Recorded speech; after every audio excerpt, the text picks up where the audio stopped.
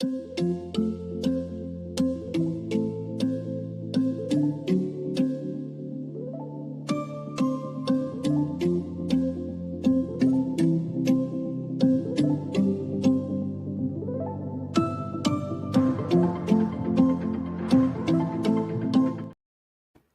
morning, good afternoon, and good evening. As we all know, I love that we can, no matter where we are in the world today, what time zone we're in, we can all come together in one place at one time and have amazing conversations. So I want to welcome everyone back to another BlueTV episode. I'm excited to be here. I'm also excited to introduce you to Doug here in a short minute. But as you all know, I am not great at, I most certainly do not provide anyone any service by doing the introduction myself. So I'll let him do that in just a brief moment. But I want to welcome everyone and thank you guys for being here. We know we have a lot of people who come back to do to listen after the episode has already aired. So make sure you let us know whether you are team live or team replay with the hashtag team replay. Please let us know that you're out there by just dropping either that or where you're actually listening in from so that we can engage with you. And we'll be sure to come back after the show and engage also. So even if you are on Team Replay, we are good with that. We will have some amazing conversation in the comments below as well.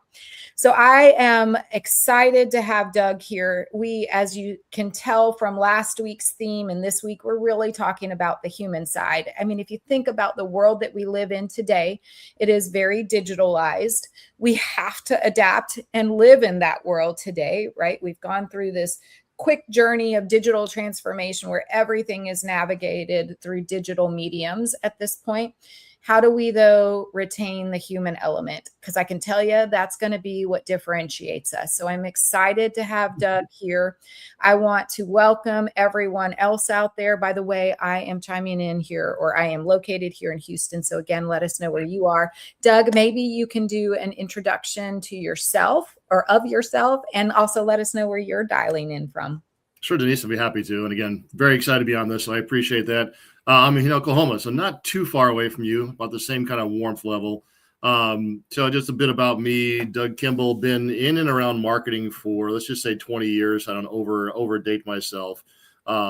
Big focus in my life has been on product marketing and all those things that go into how do we tell stories most effectively. I think that's kind of what led me to this conversation with you guys. I've been everything from a product marketing manager to a global VP to a chief marketing officer and kind of all facets in between. This is what I love to do, is get out there and share the story of why this is human and why when we are doing messaging and go to market, I mean, you said it's a human discipline. This is what we do, is talking about people. So I love how you set that up, and I completely agree. Yeah, I mean, I think that we see a lot of engagement by email and by text with no personalization. And I don't know about you, Doug, but the minute I see a non-personalized message, or the one that actually goes the opposite extreme and tries to be your best friend and is never engaged with you, is also a turnoff. So finding that happy medium, and I think it's the connection that you make, and the connections happen through the stories that you tell, the way you connect with someone, in my opinion. Hey, you think about it, we're going to market, and I get those emails, and hey, Doug, I had one guy did a great job reaching out to, obviously we have the Thunder here in Oklahoma City, the basketball team, and he reached out with this nice little email about the Spurs, this and the Thunders, and if we lose, I'll take. It was a very well personalized email. I'm not a huge basketball fan. I mean, it's cool we have it, but I'm like, it was like good on him, and he sent like 2 or 3, and finally I just responded back, hey, I'm not interested, thank you. But to your point, over personalization is like, I don't even know you yet. So how are we becoming, to your point? I like you, best friends. But it's, again, going back to go to market is about people. It's about emphasizing how we lead, how we tell stories, all those pieces. You just got to tell the right stories to the right people at the right time to make that human approach real. I agree completely, but I'd like to go back. How did you even get to this? Like, you've had this career that spanned over a couple of decades, I would suspect. I don't know your age, but I can guess you're around mine, right? 21, 22. That's what I'd like to say. I'd like to stay 29 forever, right?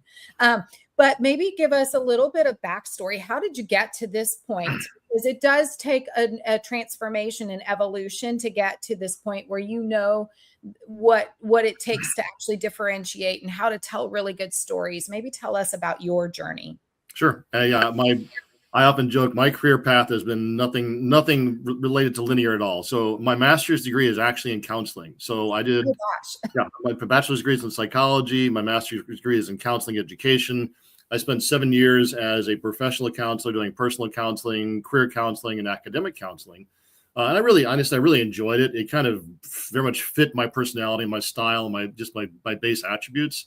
Had a chance to move from that into technology. Went to work for the Nielsen company. Originally tried out as a salesperson and bombed that interview. It was terrible. I mean, the fact that they even brought me back for further conversation, I got lucky. Long story short, ended up working as a consulting manager for a while. Got into project management, kind of like your brother you were talking about.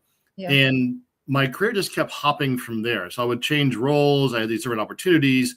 And it's like I said, it's been a career of, I want to say, both getting lucky and creating the opportunities to find those new challenges to move forward. And a lot of it was just raising my hand saying, sure, I'll take that on. I'll try that. I don't really know how to do X or Y or Z, but I'm pretty adaptable and I can figure things out.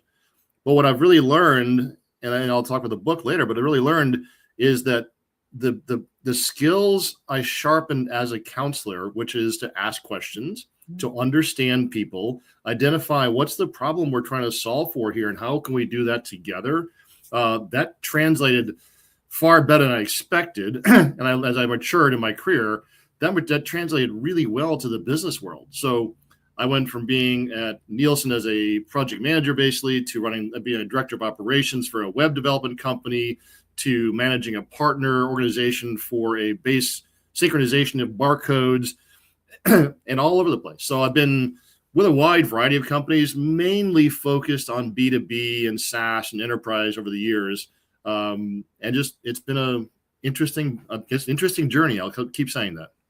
Well, I do think it is a pretty interesting one because you can't, for me, it's been pretty linear. I've been in sales all of my career. And so my story, is pretty flowy as it relates to next steps and kind of a normal, process. I would say a normal journey. Yours has been a little bit all over, but I love that about you because I think that helps you enrich your stories. I think that's the most important part, is finding ways to connect with individuals. And you've got such a varied background that it enables you to connect with just about anyone, it seems.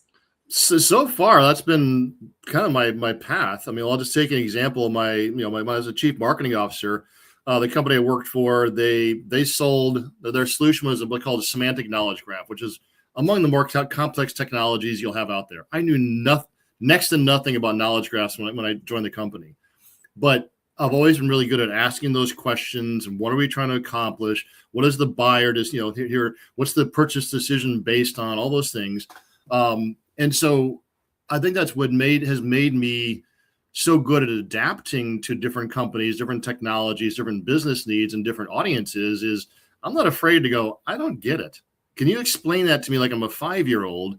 And when I do that, and when I've had people struggle to say, well, here's all the technology behind it. I'm like, okay, that's cool. It doesn't answer my question of the why. And so that is kind of the basis. Again, I have this book I wrote, we'll talk about it. It's really the 3 questions I was trained on 14 years ago by former managers, so what, why, who cares, flowed so well into my my previous background as a counselor. And then my mindset of like, okay, I kind of get it, but I don't really get it. Can you help me understand that better? And I think being unafraid of asking the dumb questions, because I know that my audience will be asking the same questions, if not more. I think that's a lot of what helped me to go from looking at buyers as just a pure rational decision-making engine, and actually they're humans. They make their own decisions based on that. Well, I like that you asked the who cares, because I think that's the problem that we have. And I think that's also what differentiates general marketing from product marketing, in my opinion. You've lived that life, so you have to tell me if I'm absolutely crazy, but I've lived in the tech space, I've sold. So we did have a distinction between product and general marketing. And so I totally know that story. For me, where the who cares came from was really the product marketing team. And that was, we can tell a story about the who, what, and why, but really it's, well, who cares about that? Right. Okay. So you got to continue finding out the who cares. And I think we tend to, in my opinion, with the conversations that I have, we tend to miss that mark. And that's why we have more companies that fail, because they don't really know the who cares. I'd agree. And I think it's easier to, and you're a salesperson who can teach me far more than I ever know, but in my mind, it's been easier to sell on the hard stuff. Like, here's the features and the functionality. It's easier to speak to those. That doesn't mean it's easier to sell with those. And that's why, going back to product marketing, that's what I really look at when we focus on just the product features. So we just focus on that. We're talking about what we built. Okay, so that's what we built. That's what I built. Okay, it's not about me. It's about you as the person I'm trying to sell to. And when we focus on the human outcomes, now we're speaking about what buyers care about.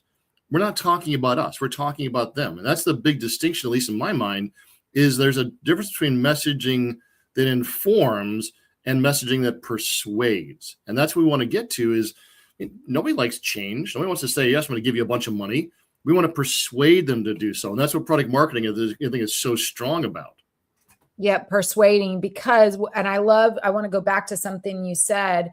It is really more about solving someone's problems. So getting to the root cause, I say probable root cause, right? Because not everyone always knows the true root cause. But if you go in and sell, and look, you are a product marketing, but you have to consider how the salesperson is going to leverage your information so that they can do. So you have to wear a sales hat, whether you actually play a sales role or not.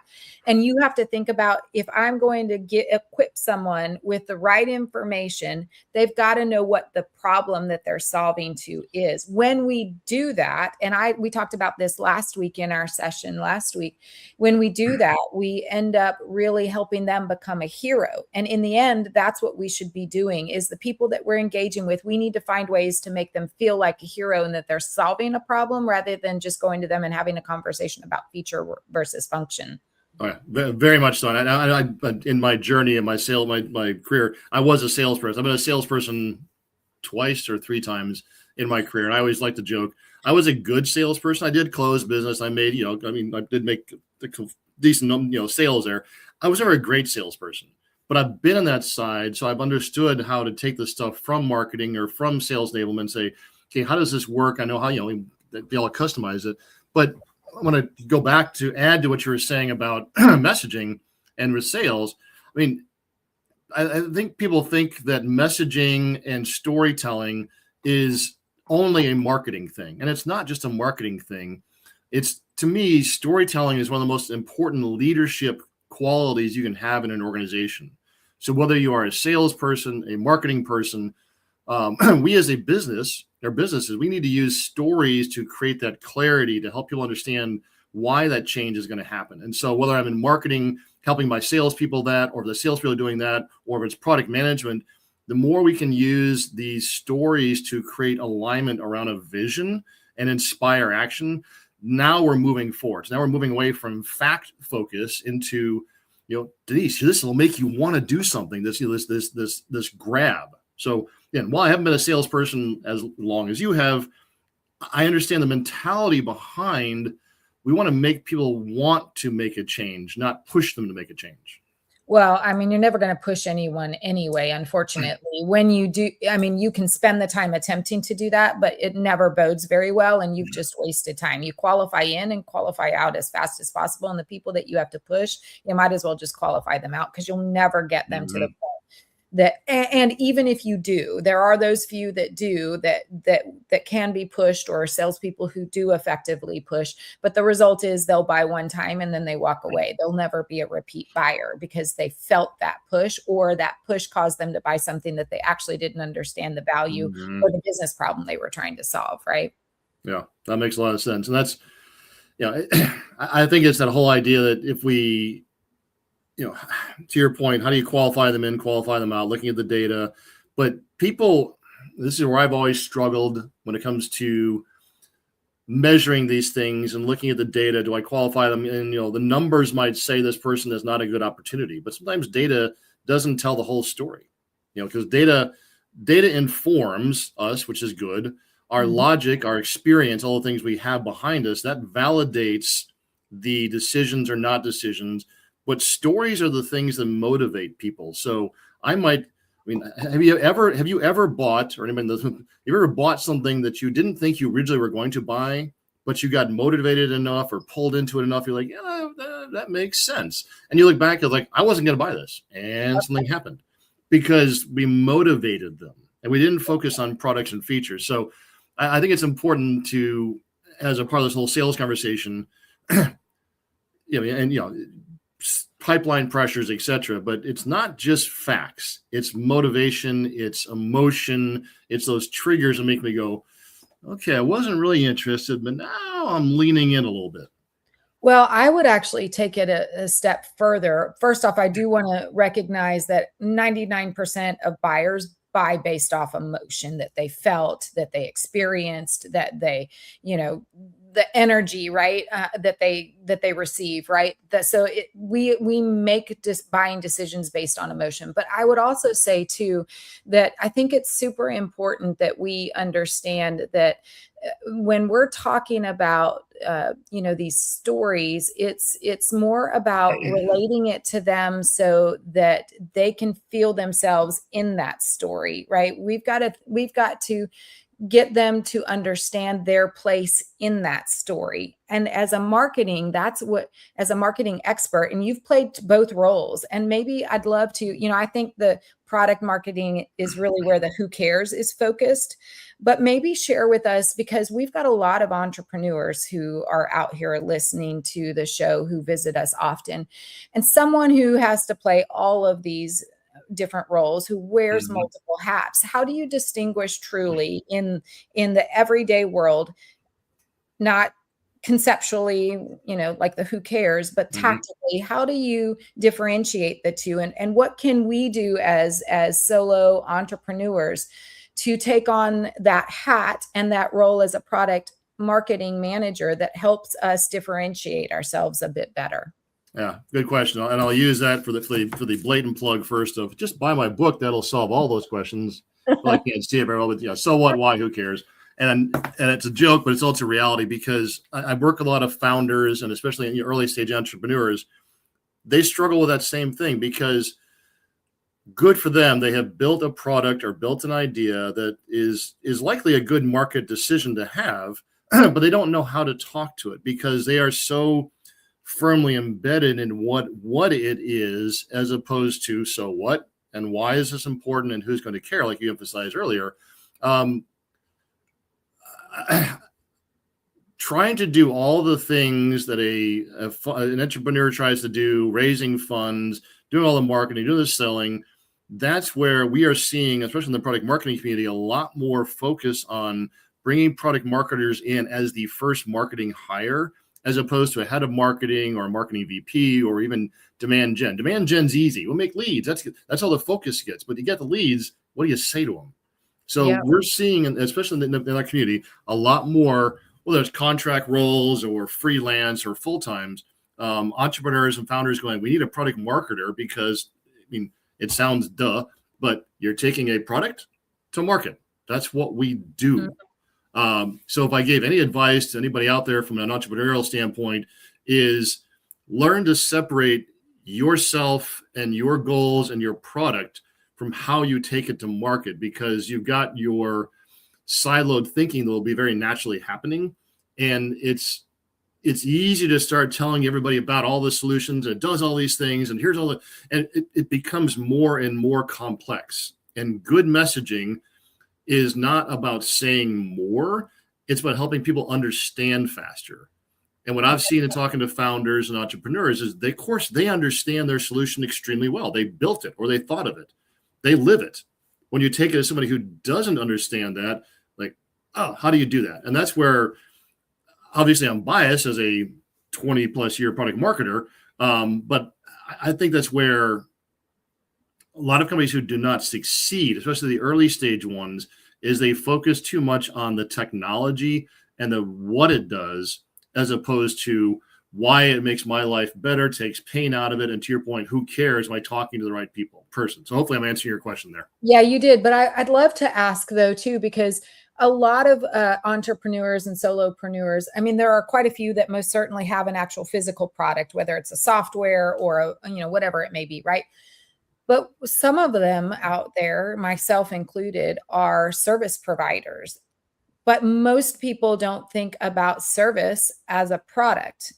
We technically do talk about products in terms of something, an actual physical, whether I say physical, it could be digital, right? But when we deliver something to them, but I always think in terms of a service also being its own product, and the need to understand your service offering in a way that a traditional product marketing manager does. Would you agree with that? And how do you engage in those conversations with people? Yeah, very much so. And in fact, I've written I wrote an article about this similar topic not long ago. How we're moving slowly away from service as a software and products, as things we sell, to outcomes as a service. And so there's one of the companies I do some freelance work for occasionally, Red Sky Health. They are an outcome as a service provider, so they don't get paid until you make money back on the work that they're doing. So to me, it is a tough change, because we're so used to selling licenses, and you buy 50 licenses and they sit on the shelf, blah, blah, blah. But going to the outcome as a service mindset is a big shift. And Vuk Janasevic from the Gartner organization talks a lot about that, and how it is a very rapidly changing shift, where whether you're selling services or you're still selling a solution, but it provides services or adds value or removes pain, it is a different way of pitching for sure. So I can definitely pop the article link into the notes later on with that. But it's funny because it's actually so much more simple than software as a service when you think about it, but it's a weird mindset. It's like, I'm not paying you right now. No, you're not paying me. You don't pay me anything until you make money. It's like, well, that's weird. Yeah, but it should shorten that decision cycle, because now we're like making your life easy. Look, you like us. We did good things for you. Now you can pay us. It's fun, but it throws people off. Yeah. So what I just heard you tell me is that even if you have a product, the way we're selling today is based on outcomes. So we have to shift that traditional thought process around providing the product as the outcome, and instead providing the overall outcome as the outcome. Like, what are you getting out of leveraging our solution? Which to me then also is in parallel with those that just provide a service. So what you're saying is we're really all merging together, and it doesn't matter whether you're selling a product or a service, we're all selling to outcomes today. And so we have to take a different perspective in the way that we engage and communicate with our potential buyers. Fair?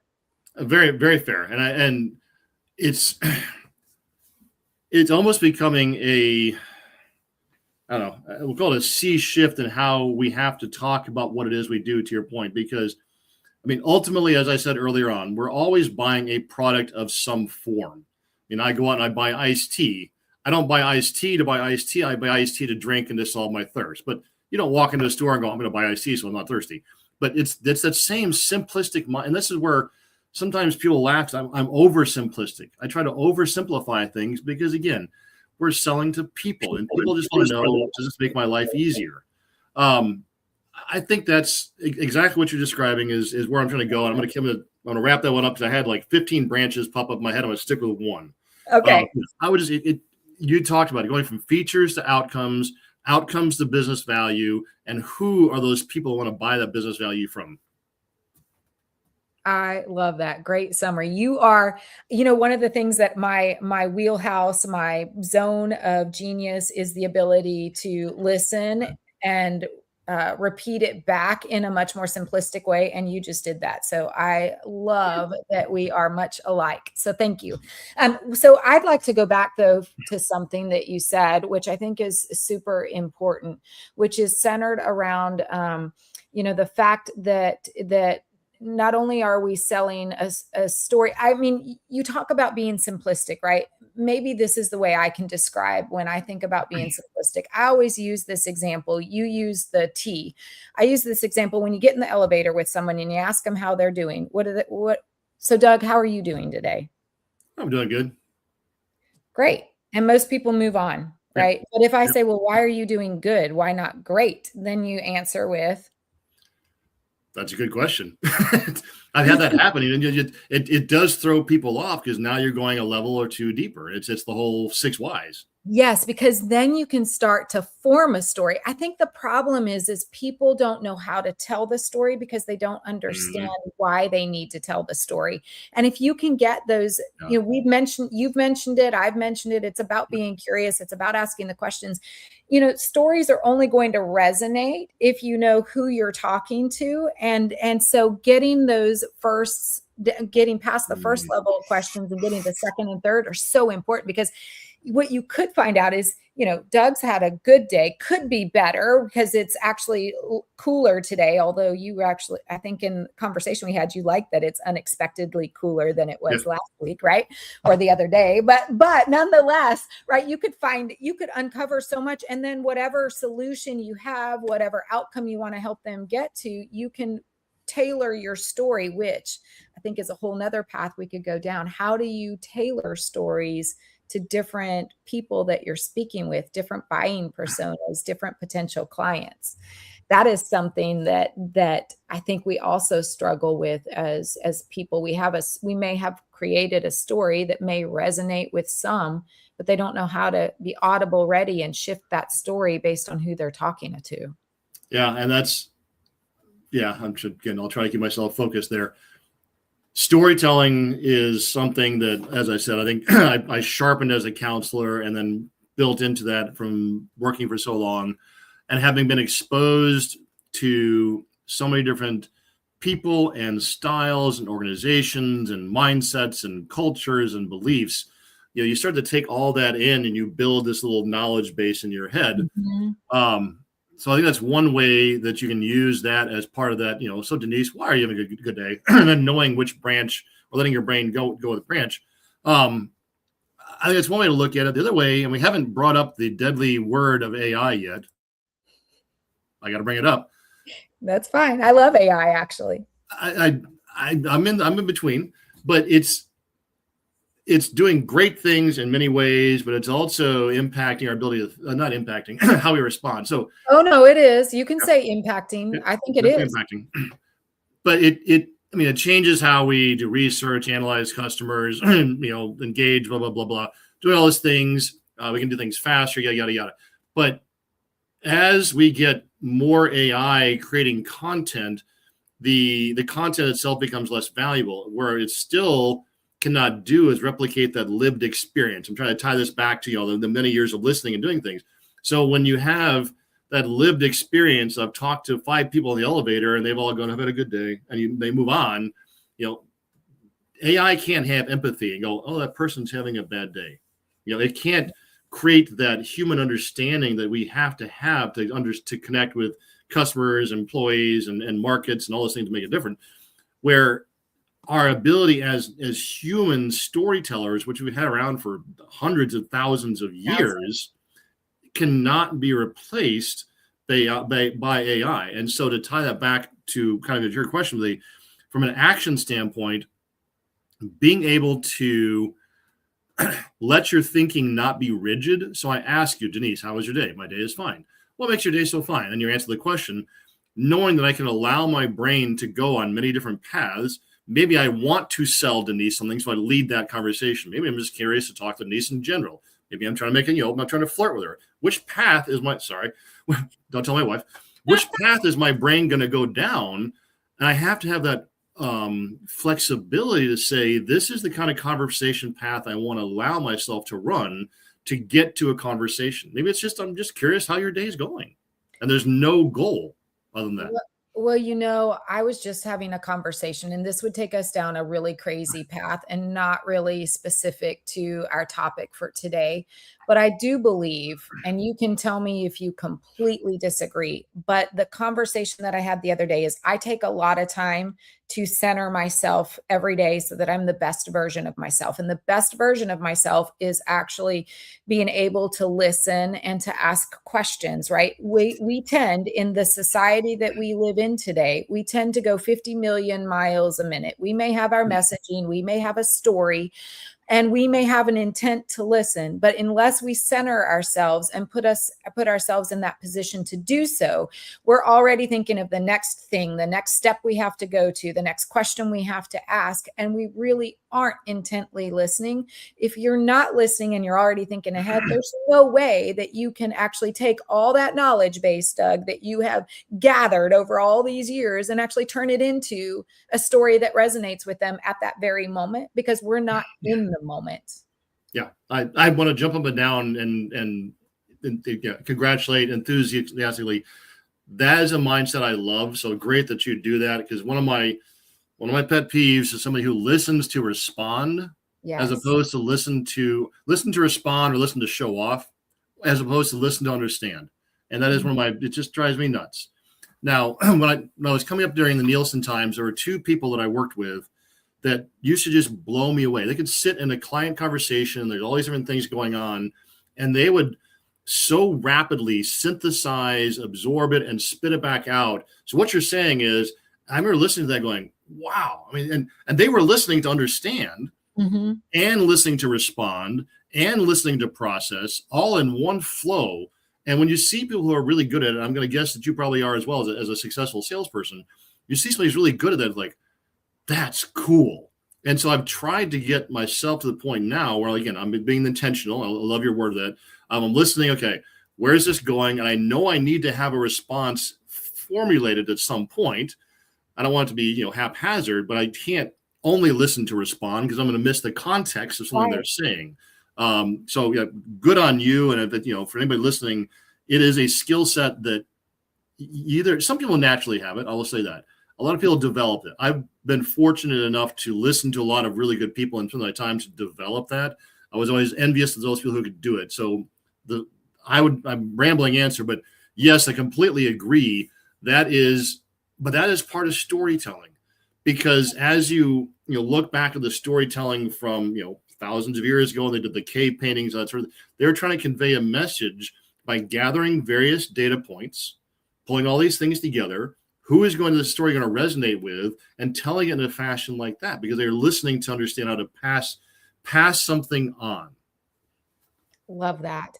Okay, so you've had this varied background, which you've shared with us, and we've got to learn a little bit about you. We've also learned kind of your journey to get to this point where you're storytelling. We have also learned some of the key components of storytelling, which to me are listening and actually taking in information, but using your learned experiences to be able to tell the stories in a way that resonates with whomever you're talking to. And we've learned that being in the right zone, really knowing where your strengths and weaknesses, although you didn't say that out loud, but listening to the way you responded, it is really about knowing where your strengths and weaknesses are and leveraging those and figuring out the areas that you could improve on. But how do you take all of that, your past experiences, your journey, and your storytelling, and how have you leveraged that here on LinkedIn to find such good success here? It's not easy. And it's interesting, when I got my LinkedIn top voice badge, it was a surprise to me. It was one day I woke up and, hey, you got a LinkedIn top voice badge. I'm like, I didn't think I was saying that much.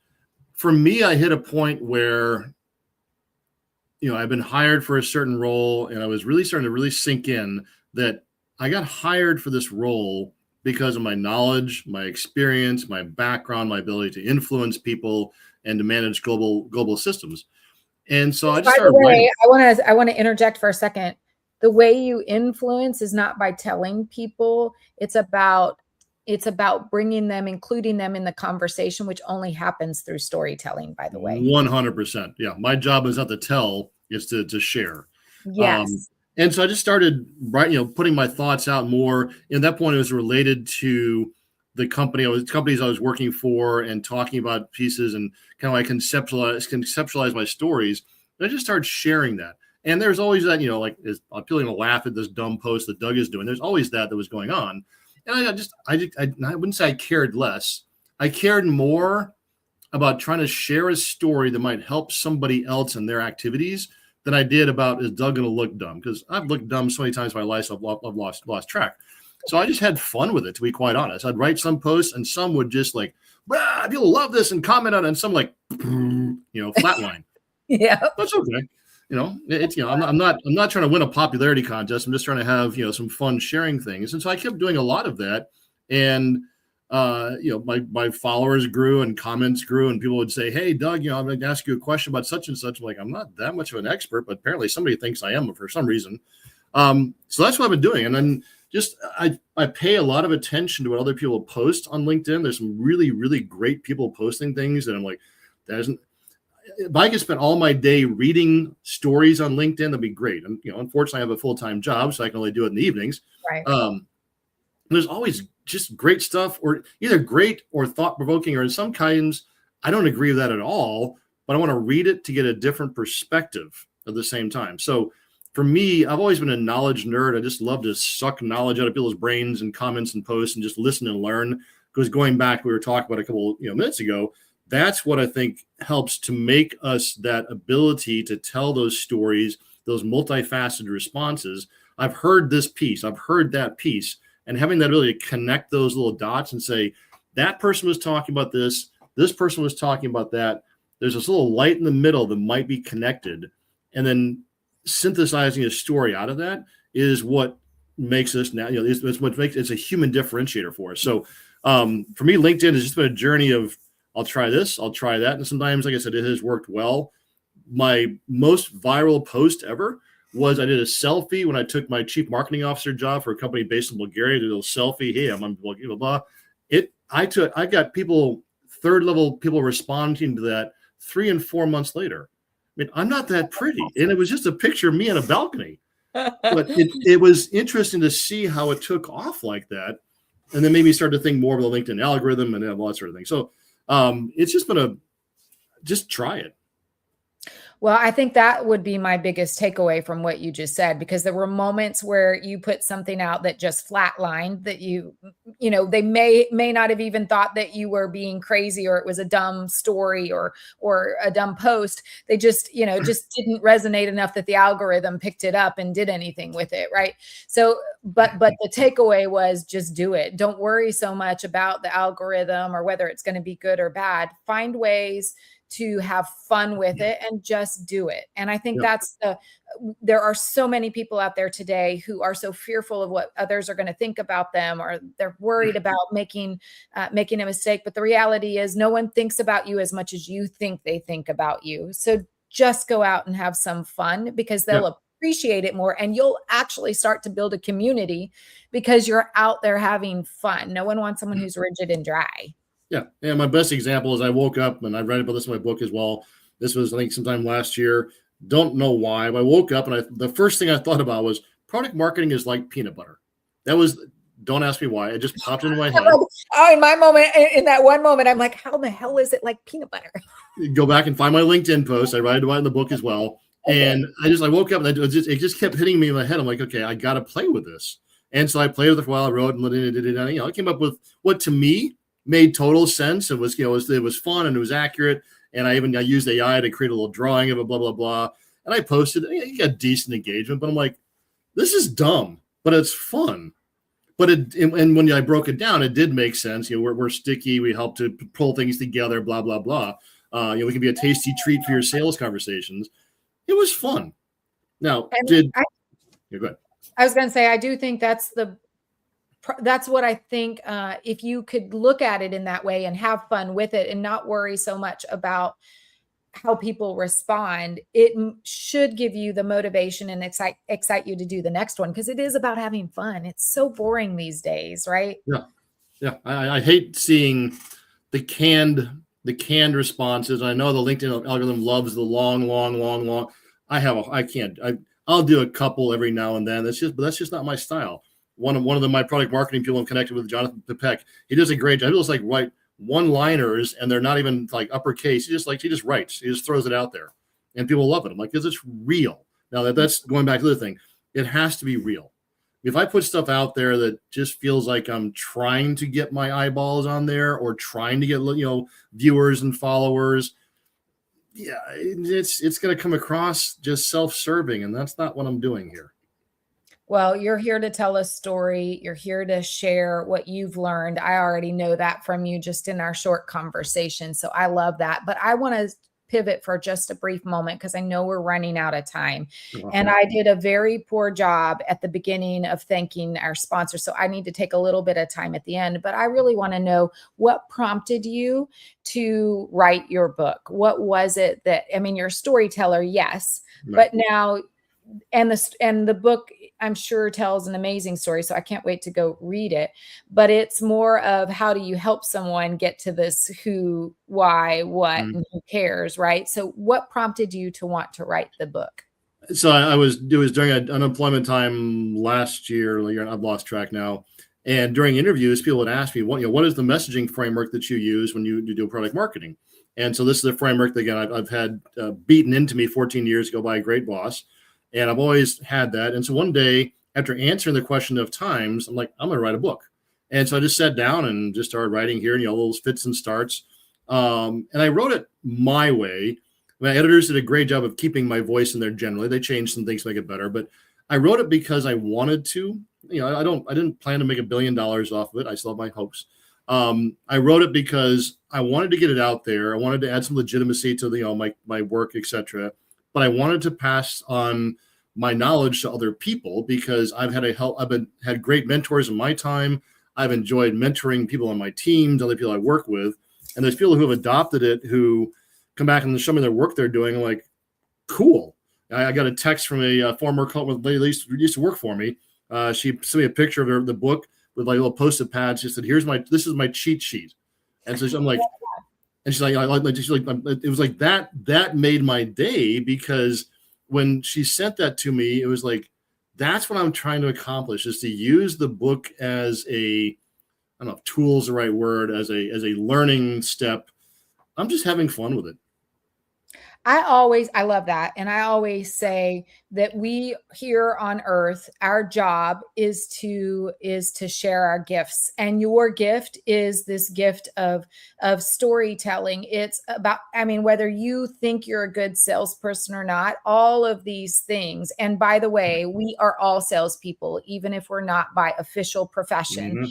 And all these things that you've mentioned are all examples of what a salesperson needs in their qualities and their characteristics to be successful. And it doesn't matter if you are in a sales position or role as a professional, you're having to sell your idea, your thoughts, your goals, the next big project. It doesn't really matter what position you're in, you're selling every single day. Yeah. And I love that. So thank you, Doug, for sharing such knowledge with us today. And I love that we resonated a lot, aligned, and it resonated a lot with me. So thank you.